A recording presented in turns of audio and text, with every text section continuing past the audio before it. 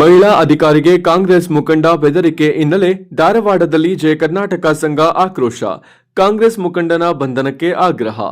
ಧಾರವಾಡ ಚಿಕ್ಕಬಳ್ಳಾಪುರ ಜಿಲ್ಲೆಯ ಶಿಡ್ಲಘಟ್ಟದ ಕಾಂಗ್ರೆಸ್ ಮುಖಂಡ ಬಿವಿ ರಾಜೀವ್ ಗೌಡ ಅವರು ನಗರಸಭೆ ಪೌರಾಯುಕ್ತರಿಗೆ ಮತ್ತು ಸಿಬ್ಬಂದಿಗೆ ಅವ್ಯಾಚ ಶಬ್ದಗಳಿಂದ ನಿಂದಿಸಿ ಬೆದರಿಕೆ ಹಾಕಿರುವ ವಿಚಾರಕ್ಕೆ ಸಂಬಂಧಿಸಿದಂತೆ ಇಂದು ಧಾರವಾಡದಲ್ಲಿ ಜಯ ಕರ್ನಾಟಕ ಸಂಘಟನೆ ಬೀದಿಗೆ ಇಳಿದು ಬಂಧನಕ್ಕೆ ಆಗ್ರಹಿಸಿದರು.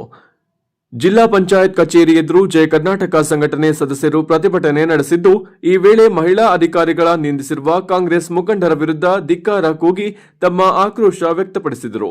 ಅನುಮತಿ ಪಡೆಯದೆ ಅಳವಡಿಸಲಾಗಿದ್ದ ಚಿತ್ರವೊಂದರ ಪ್ರಚಾರದ ಫ್ಲೆಕ್ಸ್ ಹಾಗೂ ಬ್ಯಾನರ್ಗಳನ್ನು ನಗರಸಭೆ ಅಧಿಕಾರಿಗಳು ತೆರವುಗೊಳಿಸಿದ್ದರು.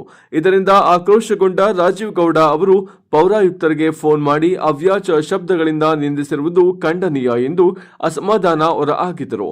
ಕೂಡಲೇ ಕಾಂಗ್ರೆಸ್ ಮುಖಂಡ ರಾಜೀವ್ ಗೌಡ ಅವರನ್ನು ಬಂಧಿಸಿ ಕಠಿಣ ಕಾನೂನು ಕ್ರಮ ಕೈಗೊಳ್ಳಬೇಕು, ಇಲ್ಲವೇ ಮುಂದಿನ ದಿನಗಳಲ್ಲಿ ಉಗ್ರ ಹೋರಾಟ ನಡೆಸಲಾಗುತ್ತದೆ ಎಂದು ಖಡಕ್ ಸಂದೇಶ ನೀಡಿದರು.